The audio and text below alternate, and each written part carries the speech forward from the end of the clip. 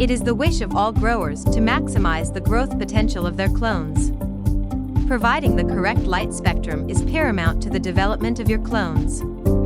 Plant cloning has been in existence for decades, and it's been used to produce desirable plant characteristics on a large scale. One of the major sources of energy comes from the light, which is why it's crucial for the development of your clones. Cloning light. Cloning involves producing or making an exact match or copy of a plant from a mother plant. The plant to be cloned must have excellent features such as no plant stress, plant disease resistance, or healthy plant growth. Best light spectrum for clones. Generally, plants require two main types of light spectrum to flourish, which are blue and red. Blue and red are as well great for plant cloning. The blue light spectrum is required by clones for root development. On the other hand, the red light spectrum assists in the growth of plants and flowering of the plant. The red light spectrum is also required for photosynthesis, which helps in the production of plant food to boost their growth. Grow light. Note that the grow light that produces one of the best light spectrums is the cool white fluorescence. You can as well go for a combination of cool white fluorescence and warm white fluorescence. These lights are especially great for young clones as they require minimal light power for their early growth stage. Other types of grow lights such as HID, LED, and so on can as well be used for your clones. However, these grow lights may be too strong for young clones. They won't be as effective as fluorescent grow lights. How much light for clones is required? Ideally, you should supply your clones with about 18 hours of light. This will encourage the growth of stems and healthy leaves. The remaining of your clone's 6 hours is to be in the dark to also encourage the growth of roots. Other lighting tips for clones. You can do a simple test by placing your hand between the distance of the light and your clones to feel the heat. If you feel too much heat on your hand, try to move the distance a little farther from your clones.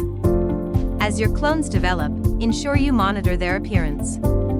If you notice the yellowing of leaves or drying of leaves, it may imply your grow light is too close to your plants, that it gives off too much heat. Use only low light levels for your clones as they flourish and grow well in them. As your clones develop, you can increase the light intensity gradually. Allow your clones to develop strong root systems before exposing them to powerful or bright lights. Which wavelength of light is the least useful to your plant's growth? Green light is the least useful for plant growth. Plants poorly absorb this light wavelength since their chlorophyll pigment is already green. It might not make much sense, but this rejection is a form of protection. What wavelength of light do plants absorb? The wavelength range plants use to photosynthesize is between 400 nanometers and 700 nanometers. This is known as photosynthetically active radiation, PAR, and this changes seasonally and even differs depending on the time of the day. What is the best light spectrum for vegetative growth? Vegetative growth refers to the growth period between germination and flowering. During this stage, plants photosynthesize and collect the energy they need to flower and reproduce. Blue and red light waves are best for the vegetative stage. If you use a mixture of both, you'll get great results. Blue light improves plant structure. Red light is responsible for increasing leaf growth and stem elongation. This wavelength also promotes flowering and fruit development. Do full-spectrum grow lights emit UV rays? The answer is yes, it does. The wavelength of your light should be between 100 and 400 nanometers for effectiveness. You'll have to keep your plants under this light for at least 12 hours daily.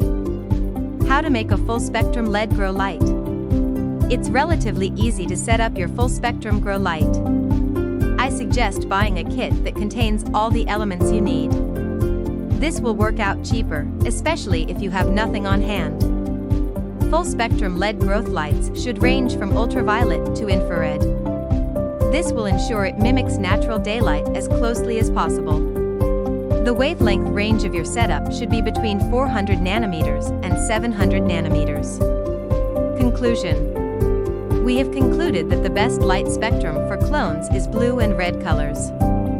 They are required for the development of roots for your clones and optimal growth. If you liked this video, don't forget to like and subscribe.